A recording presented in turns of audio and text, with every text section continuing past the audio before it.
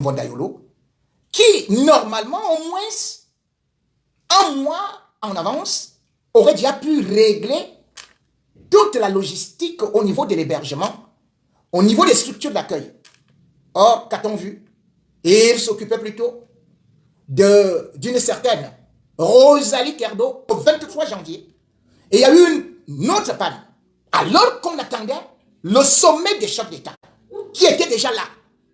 Eh bien, ces ascenseurs sont tombés en panne.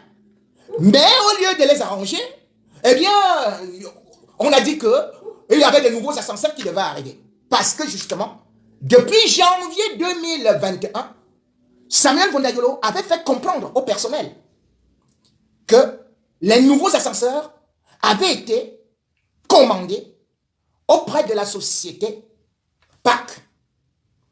Et ces ascenseurs devaient arriver en décembre 2022.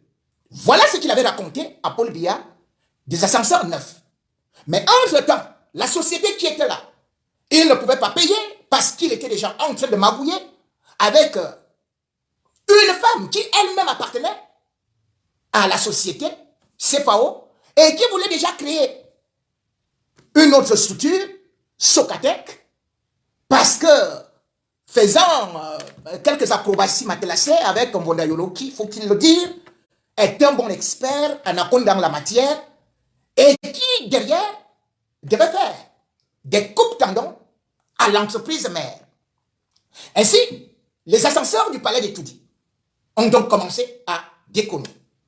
Et il y a eu une autre panne, le 5 mars. Le 5 mars, entre 14h et 16h. Et imaginez, c'était les ascenseurs numéro 3 et numéro 4.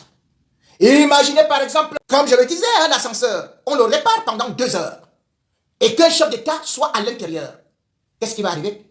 Il va suffoquer. Il va mourir.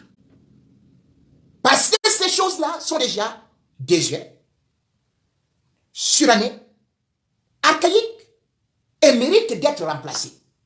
Qu'on entretienne les ascenseurs ou les onduleurs, déjà qui sont aussi vieux, il faudrait que ce soit de façon permanente. Mais maintenant que ce n'est pas de façon permanente, eh bien, il fallait s'attendre à ce que certains malheurs arrivent.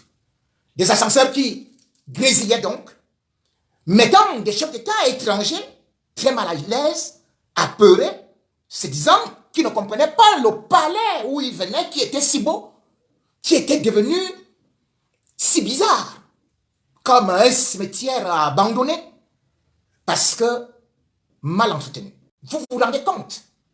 Les ascenseurs qui ont été mis depuis 1982 sont les mêmes qui restent encore là au palais d'Etoudi. N'ont jamais été changés. Et pourtant, je suis venu parler ici des ascenseurs du palais d'Etoudi.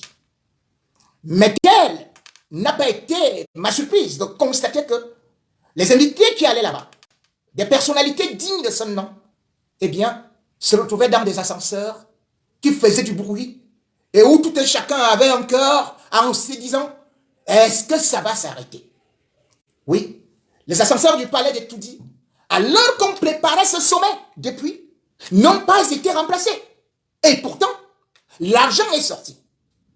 Qu'est-ce que Mbondayolo, le directeur du cabinet civil, a donc fait de cet argent? Comme à chaque événement, on parle des détournements. Déjà, il faut savoir que les ascenseurs du palais d'Etoudi devaient être entretenus, sont entretenus par la société CFAO Technologies. Or, il se trouve que depuis 2020, Mbondayolo, qui est le directeur du cabinet civil, n'avait pas renouvelé le contrat de cette société. Et cette société, pour entretenir ne serait-ce que les ascenseurs, avait au moins 7 personnes, 7 techniciens qui étaient là de façon permanente au palais. Et il se trouve que, n'étant pas payé, CFAO Technologies a été obligé de compresser son personnel. La société d'ailleurs, qui demande au palais présidentiel plus d'1 milliard d'arriérés, a été obligée de se débarrasser de 57 de ses employés. Et les 7 qui étaient au palais, il n'y avait plus qu'un seul. Le palais, qui était sacré, Le palais qui était une fierté pour le Cameroun, qui est devenu tout simplement un instrument de raillerie, ou alors une coquille qui est mal entretenue, qui vieillit avec de l'âge, et qui est aussi de montrer le vrai visage de notre régime.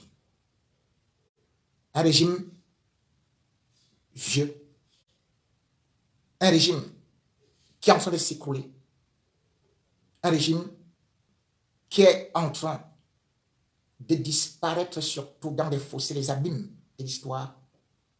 Un régime qui ne va rien nous laisser comme souvenir. Un régime qui aura tout détruit, qui a promu la vieillerie, la gérontocratie, où on meurt étant au pouvoir sans donner le moindre espoir à la jeunesse, parce que les vieillards, tels qu'ils ont transformé les immeubles, le palais présidentiel, sont en train de partir un à un. À l'époque, quand Aïdjo recevait ses hôtes, il y avait plusieurs palais présidentiels où on logeait les chefs d'État, des invités de marque. Que sont devenus les palais d'Amadou Aïdjo alors qu'un budget est voté chaque année? Eh bien, on prend ce budget, on met dans les poches, on mange avec des nanas. C'est terminé. Ce qui est encore même inquiétant, c'est qu'une fois, je vous avais fait voir les images du palais de Mbomaka dans la broussaille, comme si Paul Biya était devenu un porc-épic ou un lièvre. Mais, mon Dieu, le palais de Mbomaka, qui est dans une telle insalubrité, avec parfois des arbres, des herbes qui poussent, il a fallu, parce que Paul Biya n'y allait pas depuis un certain temps, quand il devait donc aller, c'est là où Mondayolo prend la résolution de défricher.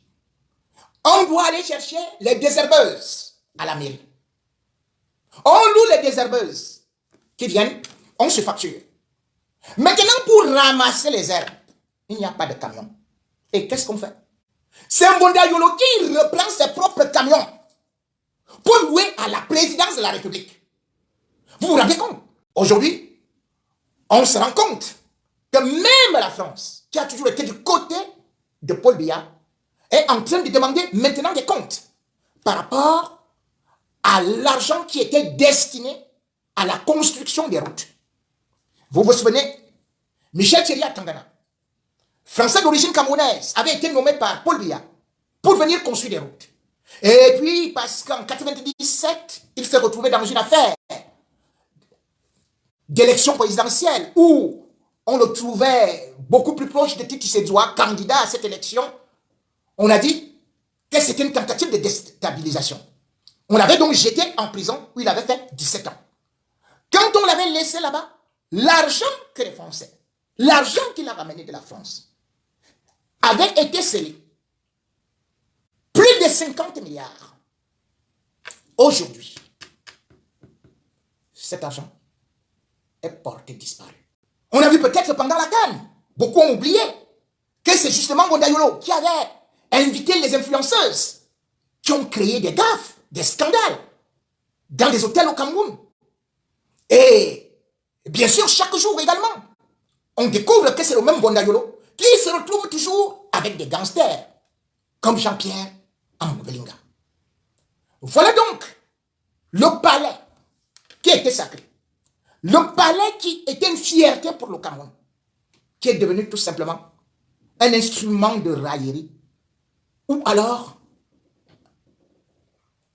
une coquille qui est mal entretenue, qui vieillit avec de l'âge, et qui est aussi de montrer le vrai visage de notre régime.